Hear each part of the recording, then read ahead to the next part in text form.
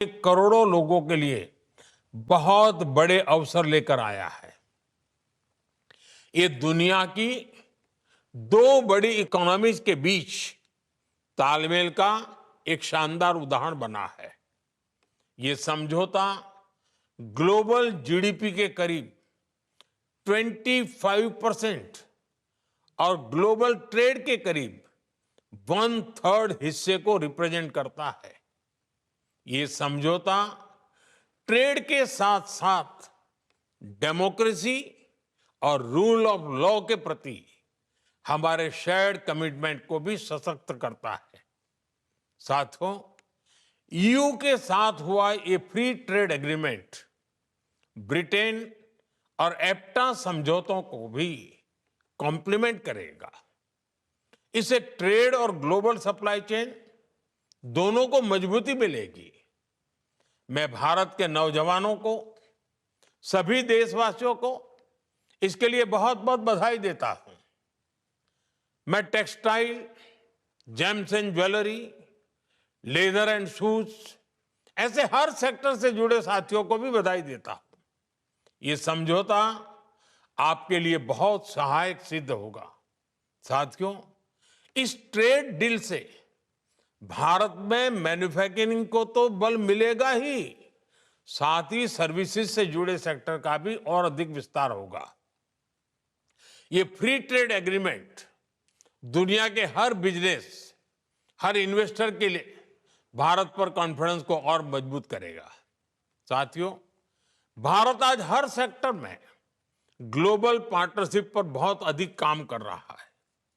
मैं अगर energy sector की ही चर्चा करूं तो यहां एनर्जी वैल्यू चेन से जुड़े हुए अलग अलग क्षेत्रों में निवेश की बहुत संभावनाएं हैं। आप एक्सप्लोरेशन का ही क्षेत्र ले लीजिए। भारत ने अपने एक्सप्लोरेशन सेक्टर को काफी ओपन कर दिया है। आपको हमारे डीप सी एक्सप्लोरेशन से जुड़े समुद्र मंथन मिशन की भी जानकारी है। हम इस दशक के अंत तक अपने ऑयल एंड गैस सेक्टर में इन्वेस्टमेंट को $100 बिलियन तक ले जाने का प्रयास कर रहे हैं। हमारा लक्ष्य एक्सप्लोरेशन के दायरे को भी 1 मिलियन स्क्वायर किलोमीटर तक विस्तार करने का है। इसी सोच के साथ हमारे यहां 170 से अधिक ब्लॉक्स को अवार्ड किया जा चुका है। अंडमान निकोबार का बेसिन भी हमारी नेक्स्ट हाइड्रोकार्बन होप बन रहा है। साथियों, हमने एक्सप्लोरेशन सेक्टर में काफी रिफॉर्म्स भी किए हैं। नो गो एरिया बहुत कम कर दिया गया है। इंडिया एनर्जी वीक के पिछले एडिशंस में आपको भी जो भी सुझाव थे, आपने जो कुछ भी कहा, उनके अनुसार हमने अपने एक्ट्स और रूल्स में भी बदलाव किए हैं। यदि आप एक्सप्लोरेशन सेक्टर में इन्वेस्ट करते हैं तो आपकी कंपनी की प्रॉफिटेबिलिटी बढ़ना तय है। साथियों, भारत की एक और विशेषता है जो है एनर्जी सेक्टर में इन्वेस्टमेंट को बहुत फायदेमंद बनाता है। हमारे यहां बहुत बड़ी रिफाइनिंग कैपेसिटी मौजूद है। हम रिफाइनिंग कैपेसिटी के मामले में विश्व में दूसरे स्थान पर है। जल्द ही हम दुनिया में पहले नंबर पर होंगे। आज भारत की रिफाइनिंग कैपेसिटी करीब 260 MMTPA की है। इसे 300 MMTPA के ऊपर ले जाने के लिए निरंतर प्रयास हो रहा है। ये इन्वेस्टर्स के लिए बहुत बड़ा एडवांटेज है। साथियों, भारत में LNG की डिमांड भी निरंतर बढ़ रही है। हमने अपनी टोटल एनर्जी डिमांड का 15% LNG से पूरा करने का लक्ष्य रखा है। इसलिए हमें LNG के पूरे वैल्यू चेन पर काम करने की आवश्यकता है। आज भारत ट्रांसपोर्टेशन पर भी बहुत बड़े स्तर पर काम कर रहा है। LNG ट्रांसपोर्टेशन के लिए जिन वेसल्स की जरूरत है, हम उन्हें भारत में ही बनाने पर काम कर रहे हैं। हाल में ही भारत में शिप बिल्डिंग के लिए 70,000 करोड़ रुपए का प्रोग्राम शुरू किया गया है। साथ ही एलएनजी के लिए देश के पोर्ट्स पर टर्मिनल के निर्माण में भी निवेश की अनेक संभावनाएं हैं। रिगैसिफिकेशन से जुड़े प्रोजेक्ट्स में भी आपके लिए इन्वेस्ट करने की बड़ी संभावनाएं बन रही है। साथियों, एलएनजी के ट्रांसपोर्टेशन के लिए भारत में बहुत बड़ी पाइपलाइन की भी अब जरूरत है। बीते सालों में इस पर हमने बहुत निवेश किया है, लेकिन अभी भी बहुत बड़े पैमाने पर इन्वेस्टमेंट के लिए संभावनाएं हैं।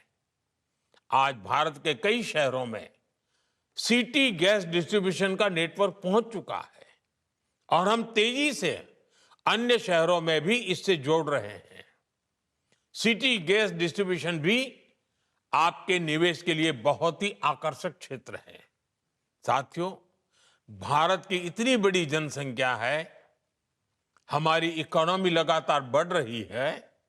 ऐसे भारत में पेट्रोकेमिकल प्रोडक्ट्स की डिमांड भी लगातार बढ़ने वाली है। इसलिए हमें बहुत बड़े एनर्जी इंफ्रास्ट्रक्चर की आवश्यकता होगी और इसमें भी आपका इन्वेस्टमेंट आपको बहुत ग्रोथ देगा। इन सब के अलावा भारत में डाउनस्ट्रीम एक्टिविटीज में भी आपके लिए इन्वेस्टमेंट के बहुत मौके हैं।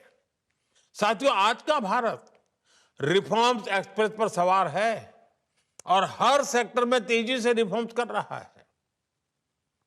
हम डोमेस्टिक हाइड्रोकार्बन को सशक्त करने के लिए रिफॉर्म्स कर रहे हैं और ग्लोबल कोलैबोरेशन के लिए ट्रांसपेरेंट और इन्वेस्टर फ्रेंडली एनवायरनमेंट बना रहे हैं। भारत अब एनर्जी सिक्योरिटी से आगे बढ़कर एनर्जी इंडिपेंडेंस के मिशन पर काम कर रहा है।